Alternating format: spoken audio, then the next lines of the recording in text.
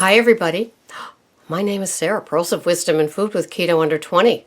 Here we are again today. And even though I've got this, it looks like a hospital brace or something, medical brace, it's really a scarf that goes with the sweater. Anyway, how are you today? Well, you're not sabotaging yourself, are you? And how do you sabotage yourself? Hungry, stressed, angry, lonely, tired, sick, all those sort of things. And when we let those emotions or needing to eat or rest into our lives, what are you left with? Yeah, you're left with a mess. A mess. And if you ever needed an excuse or validation or something to justify eating and eating the wrong things and grabbing a takeout and eating on the sly and eating, medicating with the food. Stop me if you've heard this before. Stop me if you've done it in your life before. And definitely don't stop me if you're still doing it today. If you're susceptible to the wind blowing and capturing you and destroying, or that's kind of a big word, making poor choices and decisions about what food you put in your mouth and at what time of day, then that's sabotaging, and you don't want to do it anymore. Because who does it hurt in the long run? You. Have you been working hard on your food plan? I did a smackdown a few days ago and got a lot of great comments about it. So since that smackdown, has anything in your life changed? Or are you still wearing the itsy bitsy teeny little girl panties and little training boxers and not doing what you need to do for yourself? Nobody is going to sweep down and say, don't do that. Please. They aren't going to. You know why? Because you look like an adult. You got this far making your own decisions. So don't let it sabotage you now in May. You want to have a great warm weather experience. You want to pull out those clothes that don't fit, that from last year, that now don't fit, that you have to donate and buy new ones. Don't you want to do that? I sure do. I love, and some of the end of the season things that you bought last year that might have fit, you don't want them to be too tight this year. So you need to look at the sabotaging thing, because we do it like it's a naturally occurring event. Like sleeping at night, sabotaging is something that could be built into our DNA. It's not really, but we treat it as if it is, and as if we are helpless victims in the scheme of things with what we eat, how we eat, when we eat, and so on and so forth, and Scooby-Dooby-Dooby. So, don't sabotage yourself. If you can help yourself at all, really take an honest look. Are you spending time each day reflecting a little bit on your choices of your foods? Are you looking at places that need tweaking? Are you still trying to fit in? Oh, it's gonna fit in something. Like those jeans that you have to lie down on the bed to fit into. I get it. I've been there. I have been at a place close to the edge where it's like just one more thing and then I'm going to treat myself. Just one more thing and I'm going to have enough valid reasons to overeat, eat the wrong things, eat at the wrong time of day or night, to just really mess up my momentum. Please don't mess up your momentum. Momentum is such a gift, and it's so hard earned, because you don't come out of the gate with momentum, do you? You have to build on it. And if you haven't had momentum, and then, like say yesterday, May 1st, the day that I really, really suggested you pull it all together, because what better way?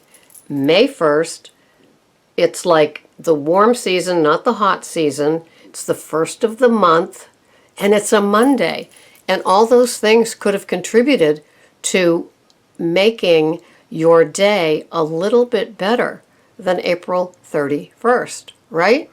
And so May 1st, maybe you made a decision to finally track your food and maybe it was a little bit messy, and maybe you had to go in and add some things after you already ate them, because it's a new behavior for you to track your food, but you did it and you got it done. And so today could be the next day. This is probably going to be aired a couple of days after May 1st. And so you look for day number 2 of your momentum. And you can't have momentum and sabotage in the same program, right? You just can't. Sabotaging is something that I could have done in Weight Watchers. I could have done counting calories. I could have done all the different ways that we can sabotage ourselves. But with Keto Under 20, it's that grown-up plan that we talk about. It's the one where you are responsible for yourself. You either do it or you don't. It's not a 4.5 day a week food plan where Friday at noon you stop and then you eat whatever you want Friday night, Saturday, Sunday, and then hop back on Monday. People in Alcoholics Anonymous and Narcotics Anonymous and Overeaters Anonymous and Smokers Anonymous, they don't do it that way. They do abstinence every single day, just for today. So today you're only tackling today. So what are you doing for your day today so you don't sabotage yourself? Well, for me, that would be having my food planned, prepped, tracked. No deviation. Usually on this day, I go to an earthy, crunchy restaurant with my friend to have a meal. It looks just like any other breakfast I might be making at home. It's eggs, a little cheese, a little bacon. It's not, I'm not sitting there and salivating over the specials that are carby, sugary, even filled with honey and and brown sugar. Even some of the carby things might not look like wheat. They might have other names like gluten-free, things like that. I can't go near those things, so I don't even entertain them in my head. No more than I'd entertain a bottle of wine at dinner. I just don't do it. That's what works for me. Abstinence is a full-on, game-on, fully committed discipline. And it doesn't happen overnight. There's a lot of stops and starts. I know that it takes a lot to get to keto with the discipline and the structure of somebody that might look rigid, but really they're just taking care of themselves. They've already done the, I'll start it again tomorrow.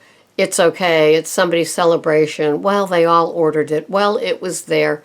We've already been through that. And if you're my age, 66, then you've been doing that for a lot of years. It's not working. And maybe your metabolism isn't working that hot anymore either. Well, removing grains and sugars and fruits is a really good place to be, because then you're not spiking your insulin if you're only having 2 meals a day. You're not spiking your insulin. You're not snacking. You're really, really, really hearing and adhering to what all these podcasts, not just mine, but all the other peers that we have, all the medical professionals that we have, all guiding us in Keto Under 20. So it's really the no excuse zone. And so you don't want to sabotage yourself. It's like really, it just taking the knife is like drinking the poison and hoping the other person dies. I'm so jealous of that person. They've kept it off. They're keeping it off. They were never even fat to begin with. All of those sort of things. And then you go and screw up. On the Keto Under 20, you've got a metabolic thing that's changing your insides. And if you give into it, I don't know if it brings you back to zero or not, but you got to start all over again with your head, with your food plan, with your commitment. And so why sabotage yourself to have to do that again? You know it works, and you know how great you feel the next day after having a great momentum and structured and disciplined day, the day behind you. So when you wake up, you go, wow, I did it. And I only have to do it again. And I only have, maybe you are like me, maybe you have a bulletproof coffee and then 2 meals in your window of feeding. So you have a little intermittent fasting going on, and it's fat fasting, and Dr. Fung says he sees no problem with it. And so you do that. And that's all you have to deal with again when you wake up, is maybe having your bulletproof coffee and planning those 2 meals. And those 2 meals should be readily available in your fridge, maybe prepped or maybe just there for the day because you've shopped ahead of time.